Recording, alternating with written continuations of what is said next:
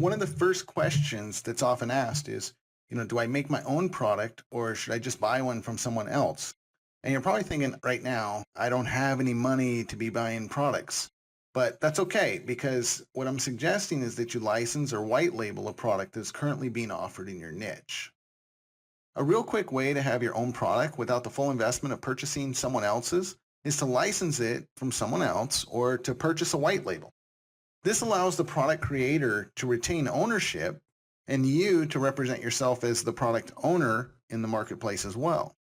If you white label their product, even though you're probably competing in the same space, this only adds interest to both products and creates a decision of product A versus product B instead of should I buy product A or should I buy nothing at all?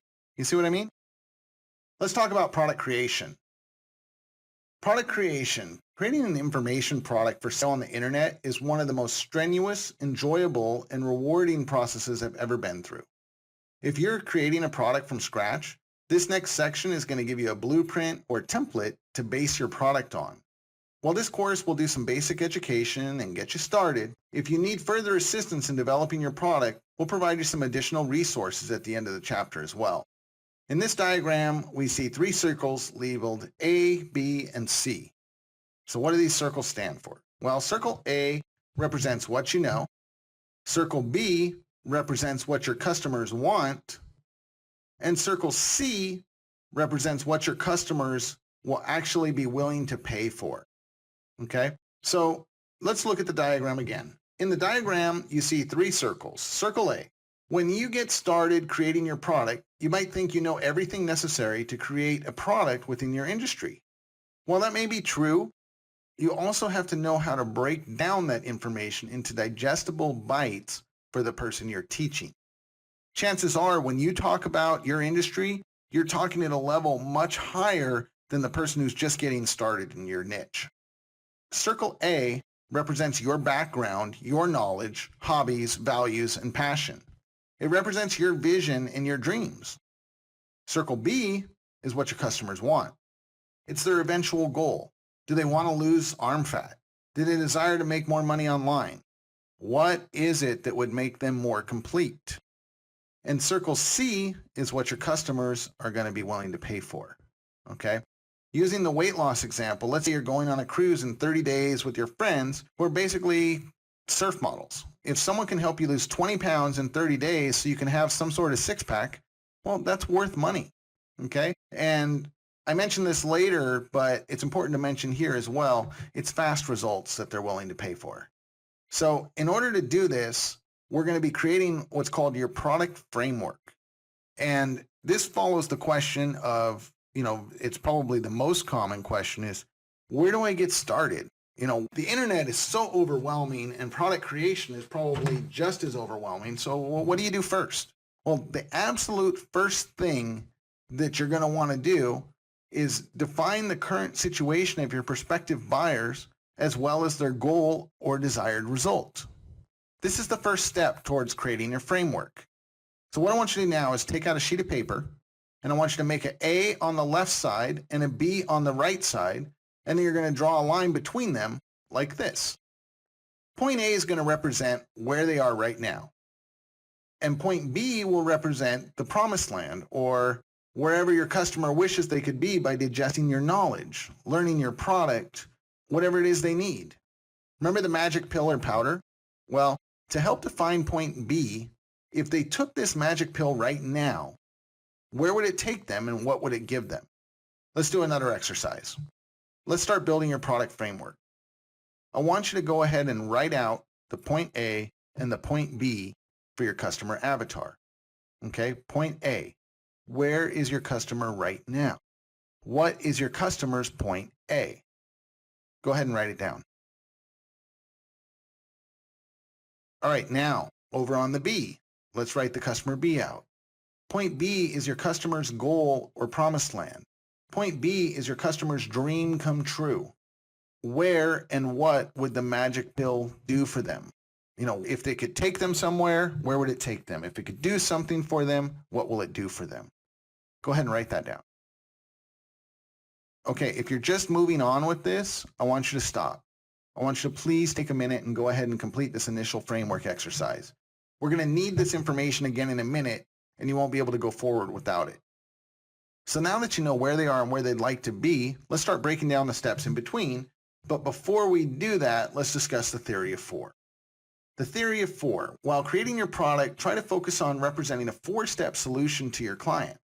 Why do you want to do this? Because 4 steps, 4 pillars, 4 hours, 4 weeks, or however else you want to structure your framework is easy to digest. People can get through 4 steps. People can remember 4 things. For example, can you name the 12 disciples? Yeah, me neither. Although being raised in the church, I could probably give it a good shot. However, can you name the first 4 books of the New Testament? Probably pretty easily. Even most folks who never go to church could rattle off Matthew, Mark, Luke, and John. Why? Because it's memorable, it's short, and it's easy. People can remember 4 things. When we teach NicheBuilder to people, we teach them using the TICKER acronym. TICKER is easy to pronounce and sounds kind of like Tigger from Winnie the Pooh. It also reminds us of a clock ticking. TICKER stands for traffic, interaction, conversion, and retention. In the information product diagram at the beginning of this course, you see the 4 colored tiers to creating a successful information product business. Again, traffic, interaction, conversion, retention, TICKER. TICKER, TICKER, TICKER. The more you say it, the more you're going to have it in your mind, and it just gets ingrained there so that you can look at any part of your business and say, is this traffic? Is this the interaction with the customer? Is this conversion? Or is this retention? By retention, I mean customer retention. Then as you build other business outside of information products, you're going to see that they follow this same footprint. This further reinforces the theory of 4. You'll probably find yourself repeating these 4 words over and over. Traffic, interaction, conversion, retention. Traffic, interaction, conversion, retention. Internalizing these 4 steps of an online model will help you grasp the big picture and also help you test and improve specific parts of your funnel without feeling overwhelmed. Why? Because you're able to just break it down into easier steps. It's more digestible. Again, that's what we're looking to do for your customers. So on to moving from A to B. So now that you understand the theory of 4 and you see how we apply it to the NicheBuilder model, let's add some additional definition to your framework. Going from point A to point B is a process. Your job is to break that process down into an easy to digest, easy to implement system so people can move through the 4 steps over the next few weeks and get the results they're looking for. Previously, we defined what your customer's point A and point B were, remember? So now we're going to add those 4 steps that exist in between. For instance, in this case, you are our customer and you're looking for a way to create a product that you can market online using the NicheBuilder system. So your point A might be, you don't have any product at all. And point B might be, you're selling 5 copies of your product on ClickBank every single day. Then from there, well, we're going to start to break down the various steps in between point A and point B. Returning to our example from the introduction, the point A to point B journey for this course might look like point A, you've got no product at all. And then step 1 might be to study this course. Sound familiar? We did this at the beginning too. Study this course and create your product framework. Step 2, record and produce your info product audio and video. Step 3, assemble your final product and publish it to the web. Step 4, create a sales page and sales video and get ClickBank approval. And then point B is start selling 5 copies per day on ClickBank. Okay? Now, we didn't discuss traffic in there. Just look at this as an overall example, and we probably would want to include that somewhere in there as well. So now what I'd like to do is create the same framework for the product that you're trying to create. Step 1, what is their absolute first thing that your customer needs to do to see a difference in their life? The first thing they should do is go ahead and write it down. Step 2, what's the next step your customers should do to reach their goal? The next thing they should do is go ahead and write it down. Step 3, what's the next step again? Step 4, what's the next step again? And this is going to create your product framework. Okay, you know what they want. You know where they're at. Now it's up to you to decide what goes down in between. Okay, so with your rough framework, it's time to really expand on all the details within that framework. I want you to take each of the 4 steps that you created and then brain dump on a notepad or use your favorite text editor You probably already have a ton of useful content for your customers. Now it's just a matter of getting that content organized for consumption. Aim for volume. I want you to list as many topics and experiences that you've had as possible. This is really going to expand your framework into an outline for your product. So you see what's going on here is you're going to take and you're just going to say, okay, I've got all these things that I want to convey to my customer. How do they fit? What's your ticker? Okay, traffic, interaction, conversion, retention. All your stories and your subjects are going to fit into step 1, 2, 3, or 4. So put them all on paper and then just start moving them into step 1, 2, or 3, or 4. And that's how we're going to create your product framework. All right. The next is we're going to teach through stories. As you brain dump your knowledge, I want you to look for stories that you can tell your customers. Why stories? Well, first, when you teach without stories, it's kind of boring. It's just a good way to keep people's interest in what you're talking about. And if at all possible, you're going to want to deliver the story of poverty to triumph, fat to fab, panic to calm, or whatever it is, broke to millionaire that your product or service eliminates, repairs, or reduces. What is it that your product delivers, right? When I say a story, I want you to keep in mind that it doesn't have to be your story. You can use the story of someone you helped, someone who mentored you, or like in the case of Rich Dad, Poor Dad, just make the whole damn thing up, okay? Whichever strategy you use, ideally you're going to want to interweave some sort of personality or human emotion to your product. Give them something to relate to, something to model themselves after, a champion, a role model, a hero. And then you got to deliver results, okay? So let's talk about delivering results. As you create your product, it's important to remember that you do need to deliver results, or at least the illusion of results. Let's talk about that more in just a minute. The promise of delivering results can be kind of scary, I know. Okay, a lot of times we may not have attained the ideal result yet in our business or life. I mean, if we had, we'd probably just be hanging out on our yacht and not making info products, right? That may sound a little fake or misleading, but let's think about it. An author of a book is usually writing about a subject that they're not 100% successful in. If they were, they probably wouldn't be writing about it. They'd probably be doing it. They'd probably be the, whatever it is, okay?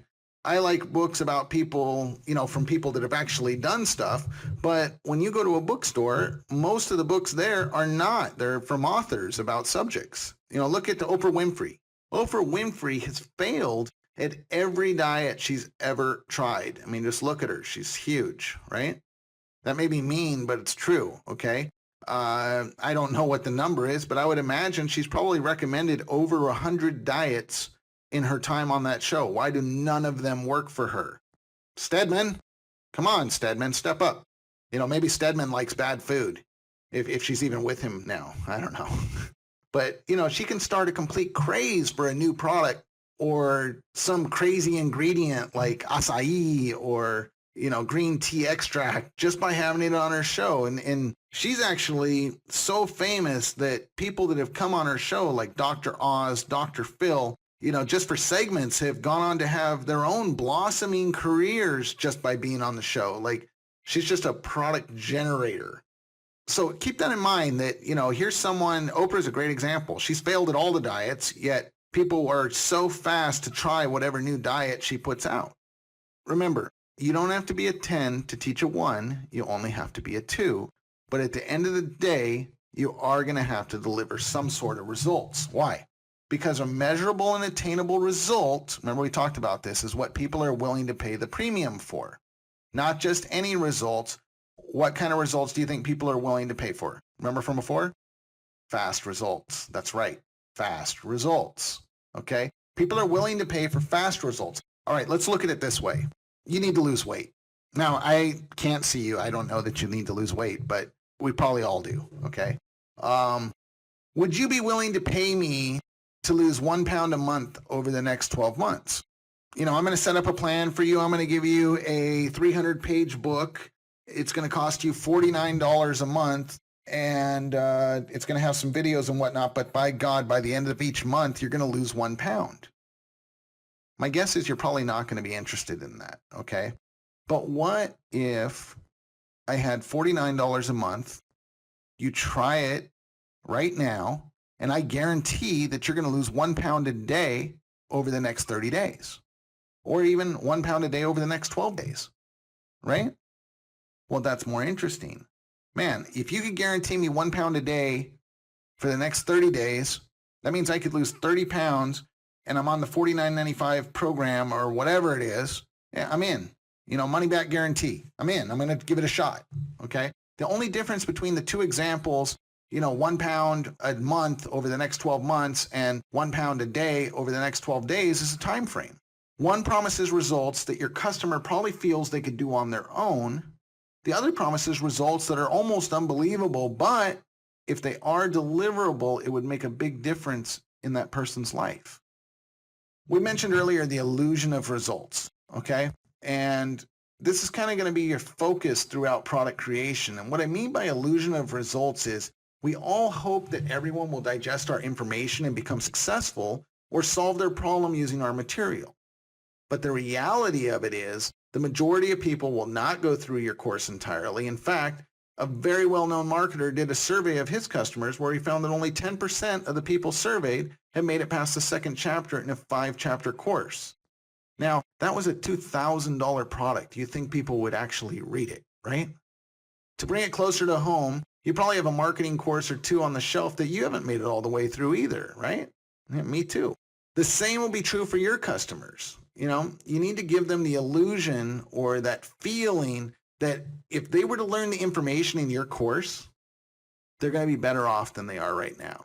Okay, that feeling that any day they could break the shrink wrap and they're going to get that benefit that's whatever you were promising. This is going to help keep them comfortable with their purchase, keep the product with them, and it's going to lower your unnecessary returns.